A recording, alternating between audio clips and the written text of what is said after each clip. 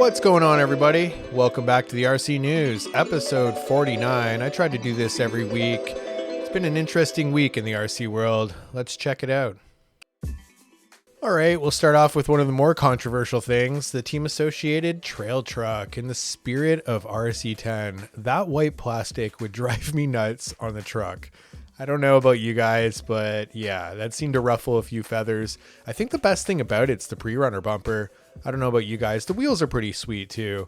But yeah, gold and white, spirit of RC10. I mean, they did a good job of it, but I don't know, it's a little interesting. If you absolutely need to own everything in that spirit of RC10, sorry if I keep saying spirit of RC10, but if you absolutely need to, then yeah, I would say get this. But there's so many other things I would want. It's pretty cool though. Element Enduro trail trucks, pretty cool. One notable fact, we used to dye things with Tintex clothing dye when it was white plastic. So yes, it makes the plastic softer, but you could do that. You can make it any color you want. Well, if you want to add engine sounds to your 124 scale, Muse has got you covered. 10 built-in engine sounds, 5 built-in whistles. This thing's super tiny. Hook it up to channel 3, switch in between the sounds. Pretty cool.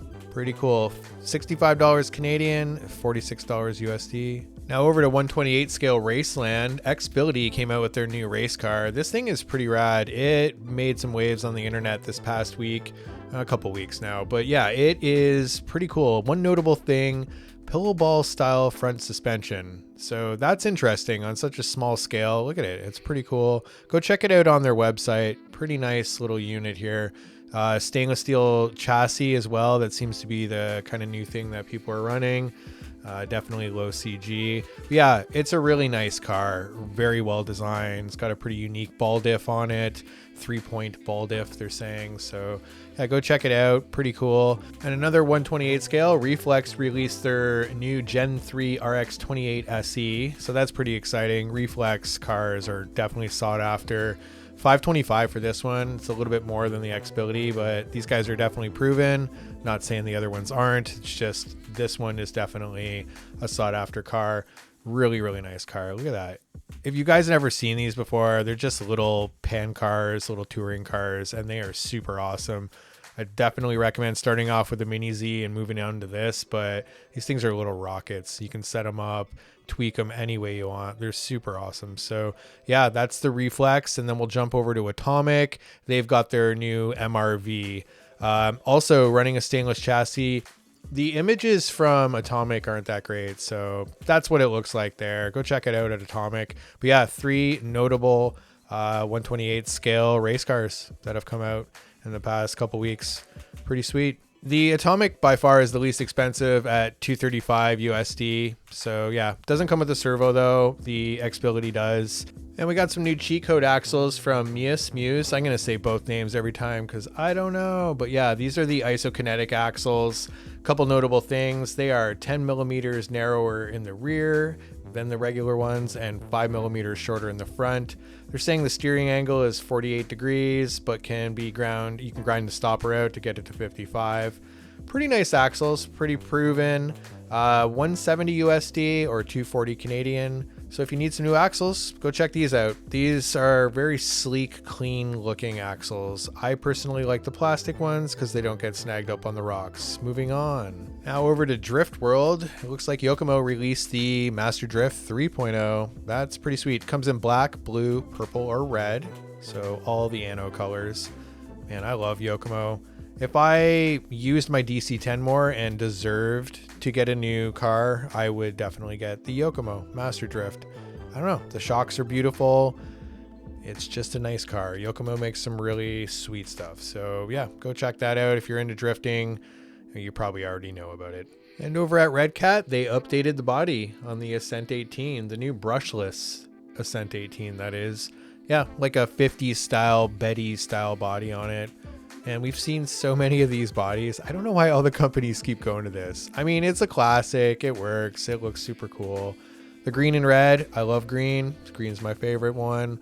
What do you guys like? Do you like this body? It's better than the Ascent body. I mean, we have to be honest about that. And it looks like they haven't updated much else. Maybe the rims are a different color. I don't feel like looking at the other one. But yeah, the new Ascent brushless. with a new body on it at $189.99 USD. I still feel like this is one of the better crawlers out of the box, and you can work with it and make it into a little mini comp crawler.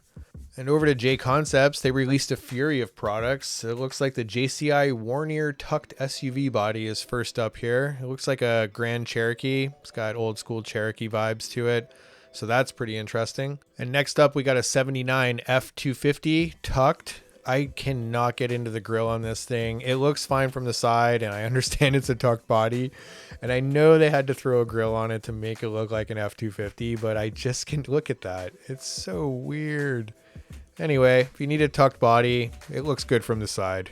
They also came out with their new bullseye wheels in blue. I really like the beadlock outer ring. What do you guys think of these wheels? They're different. They definitely have a different look to them, just the offset and everything and how they piece them together.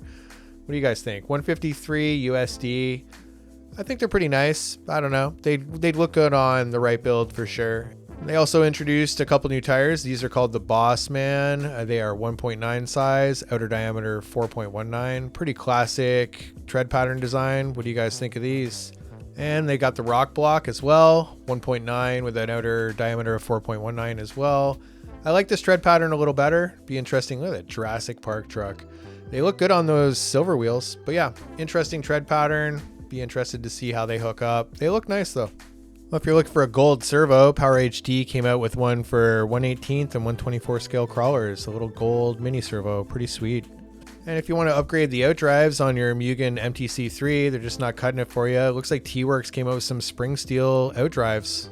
And A-Main's house brand, EcoPower, they've got a new winch servo, pretty cute little thing, $65 USD. Comes with the rope, comes with the little hook. It comes with everything you need. So yeah, pretty nice little servo for 65 bucks. And just some race results from Wicked Weekend in Pro Nitro Buggy. It looks like the Iceman, Mason Fuller, took first. That's pretty awesome. So win for S-Works. Jonah Wilson in second. Looks like Chase Lemieux came in third. Fourth is Camden Line. And fifth is Jared Wiggins. So we got a couple S-Works, a Techno, a Sparko, and an X-Ray. Interesting lineup, and congratulations to everybody. That's awesome. And over in Pro E-Buggy, looks like Ryan Mayfield took first, Dakota Fenn took second, Brandon Rose TQ'd and took third, Seth Van Dalen took fourth, and Mason Fuller came in fifth. And I'll just show you the results for Pro Nitro Truggy. It looks like Dakota Fenn took first, Brandon Rose took second. It's nice to see Tebow on the podium in third, and Seth Van Dalen fourth, and then Chase Lemieux in fifth. So pretty tight race, guys. Fun to watch, and it's pretty sweet to see Tebow up there. All right, RC homies, we made it to the end of episode 49. Thanks for stopping by. I really appreciate it. Here we are at the beach again. Crazy sunset. I tell you, if you've got a GoPro and you got the right settings on it, look at that. Beauty. Anyway, that RC10 trail truck really caused some drama this week, didn't it? That's it for the news, everyone. Thanks for stopping by. Peace.